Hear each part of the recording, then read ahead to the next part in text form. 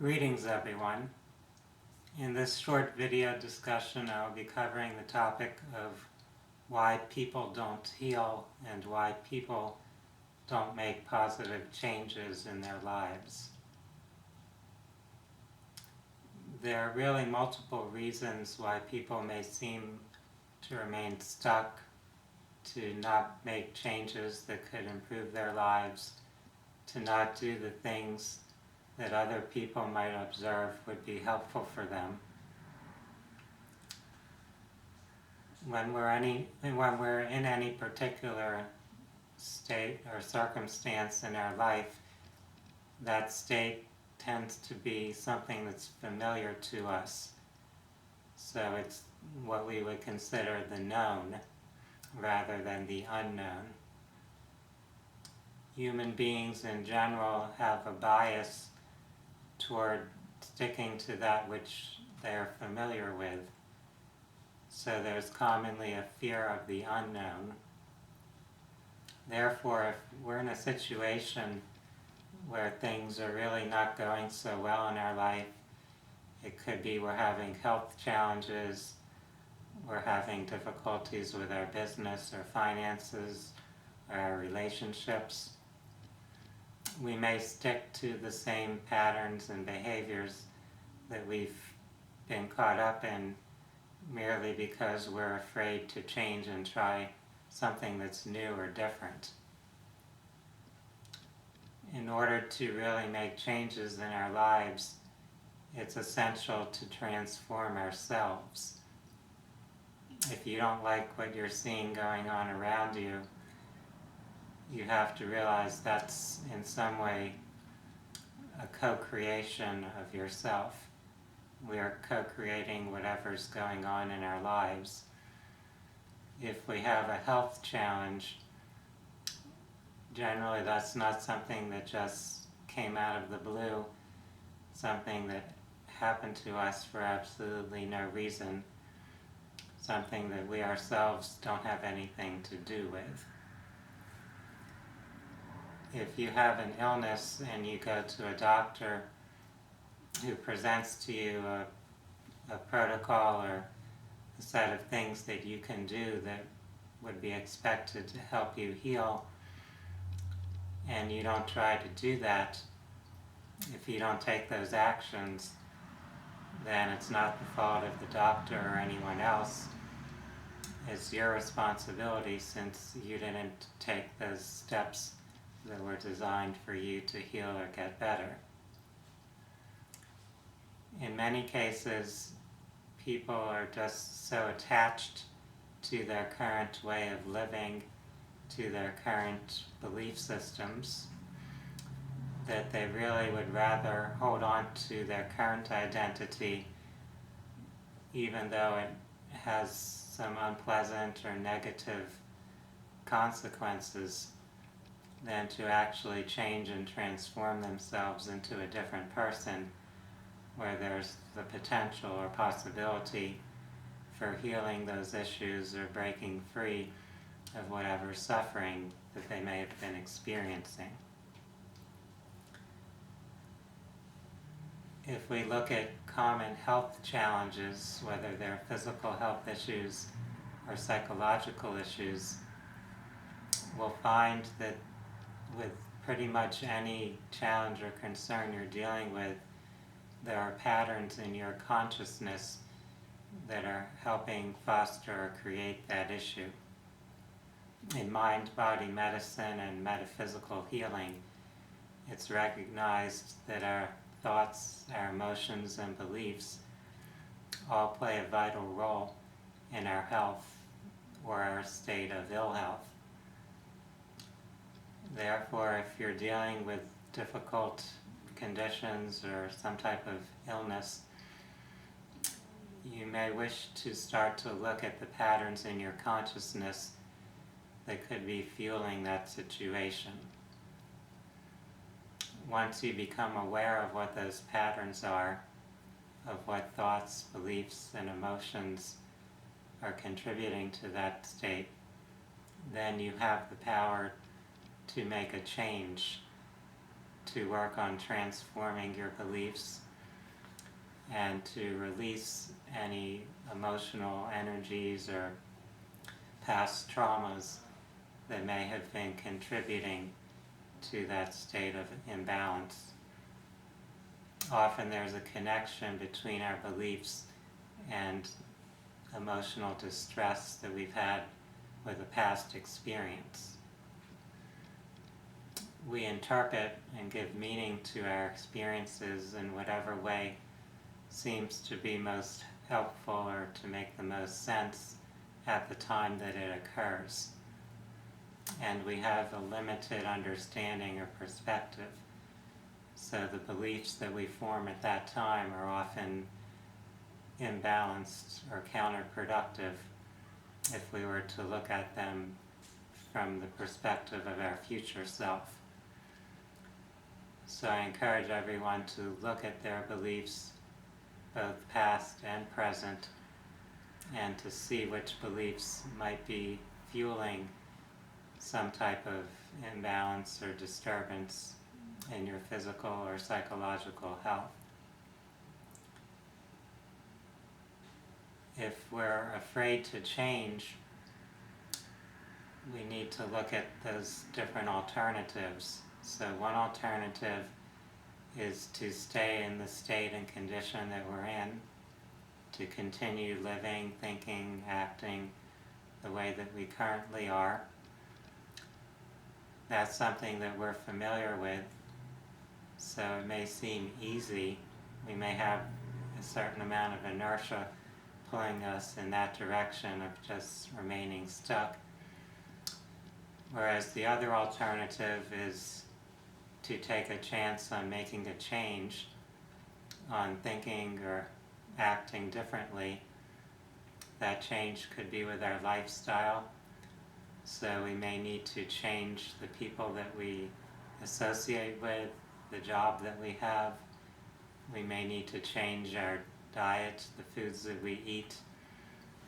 We may need to change our physical activity, so you might have to increase or decrease forms of exercise that you're doing.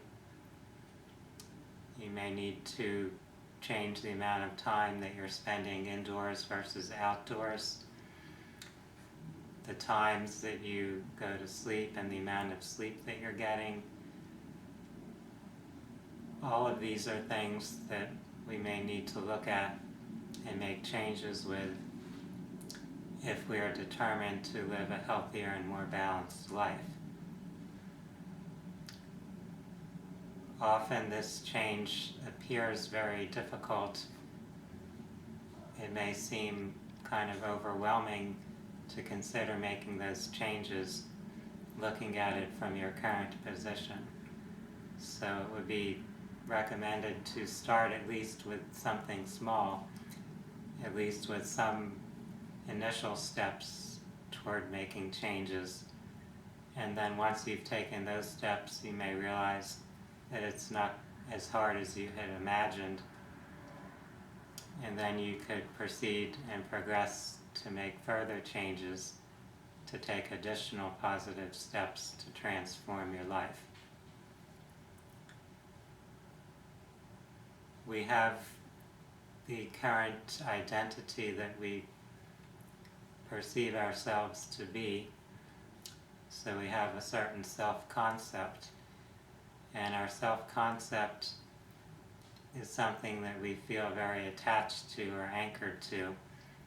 So often it's not easy to imagine yourself being a different person than who you currently are. However, if the current version of ourself is experiencing something that's rather unpleasant, if it's suffering and having a difficult time, if it's a self that is unhappy, that is fearful and anxious, that is not able to live in a way that brings joy and fulfillment, then we really should consider that there is the potential to live with more joy, to have more fulfillment, to really be healthier as a human being. There are many excuses we can make to stay stuck where we're at. And all of us have done this at different times in our life.